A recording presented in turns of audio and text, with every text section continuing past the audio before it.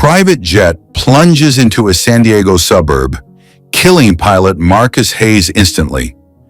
His daughter Jennifer, also a pilot, demands the flight data and discovers her father's final 8 seconds were spent steering away from an elementary school filled with children. The cockpit recording reveals what caused a perfectly functioning aircraft to fall from the sky. The evening started like any other in the quiet San Diego suburb. Families were finishing dinner. Kids played in yards. Then the sky ripped apart. A private jet came screaming down, engines shrieking. The aircraft slammed into an empty lot. Fire erupted. The ground shook. Marcus Hayes died on impact. The 52-year-old pilot had logged over 15,000 flight hours. He was experienced, careful, and meticulous about safety. This wasn't supposed to happen. Emergency crews arrived within minutes. Firefighters battled the flames while paramedics searched for survivors. There were none. The wreckage was scattered across the lot. Every crash leaves clues. But as they examined the wreckage, something didn't add up. The engines showed no signs of failure. The airframe was intact before impact. All maintenance records were current and thorough. Marcus's daughter Jennifer arrived 2 days later. She was a commercial pilot herself, flying for a major airline. She knew aircraft systems inside and out. She needed to understand what happened to her father. Jennifer requested access to the cockpit voice recorder and flight data. The investigators hesitated, but she was family and she had the credentials to interpret the technical information. They agreed. Marcus was returning from a business trip, flying alone in the small jet. Weather was clear, visibility perfect, all systems functioning normally. Then 8 seconds before impact, everything changed. The data showed extreme maneuvers, sharp banking, sudden altitude changes. Marcus wasn't trying to land. He was steering. Jennifer played the cockpit recording. Alarms screamed in the background, and beneath it all, barely audible, her father's voice. He knew he was going to die. Jennifer couldn't understand it. Why would a perfectly functioning aircraft suddenly lose control? Marcus changed course in those final seconds. The original trajectory pointed directly at Riverside Elementary School, more specifically at the outdoor play area. The school had been having evening rehearsals that night for an upcoming event. Over 200 children were outside at that exact moment. Marcus had seen them. In those final seconds, with his aircraft failing, he recognized what was below him. He made a choice. He redirected the plane away from the school, steering toward the only clear area he could reach. The construction lot was empty, but the question remained, why did the plane malfunction in the first place?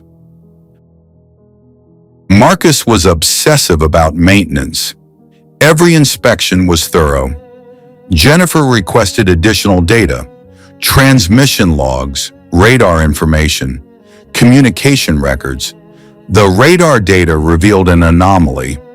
During the time of the crash, there was significant GPS interference in the area. The signal traced back to a residential address 3 blocks from the crash site. Federal authorities obtained a warrant and searched the property. The home belonged to Walter Gibson, a 74-year-old retired accountant who lived alone. Inside Walter's garage, investigators found 2 illegal GPS jamming devices. One was installed in his vehicle. Another sat on a shelf in his garage, still plugged in and operational.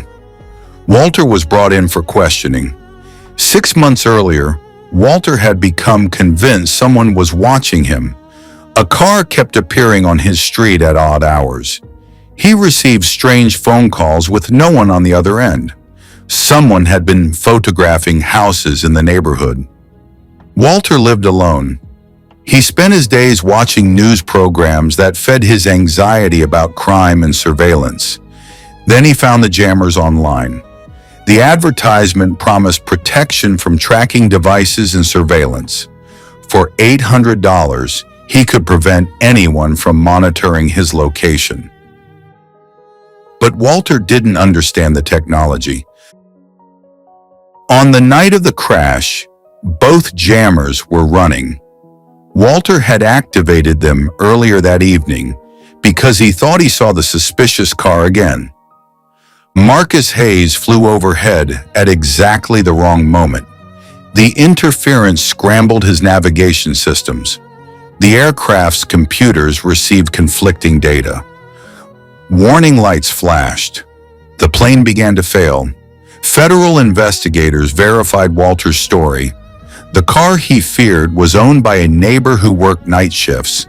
The strange phone calls were automated telemarketing systems.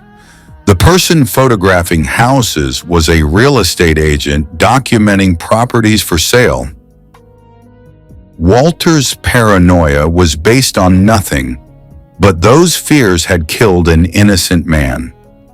Jennifer attended every court hearing.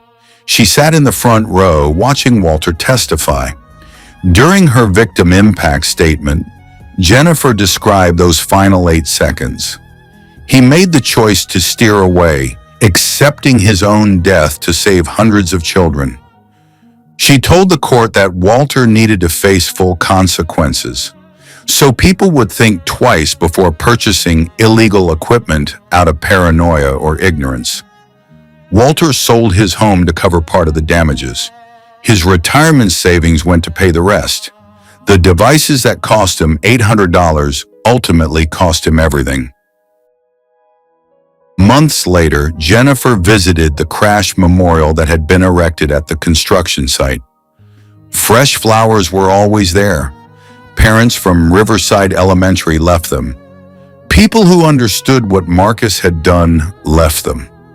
There were photos of Marcus in his pilot's uniform, cards with messages of gratitude, small toys left by children whose lives he saved. Walter's name never appeared in these tributes. No one spoke of him at the memorial services. His role in the tragedy was known.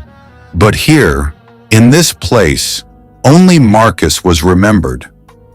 Jennifer stood at the memorial, reading the messages. Her father died a hero.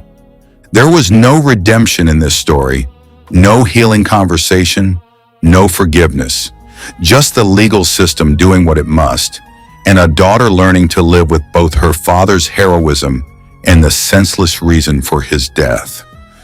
Walter sits in a federal prison, serving his sentence. When he's released, he'll have nothing. No home, no savings, no reputation, just the knowledge that his paranoia killed a man who saved hundreds of others. And you, if you discovered your irrational fear had caused someone's death while they were saving others, how would you live with that weight?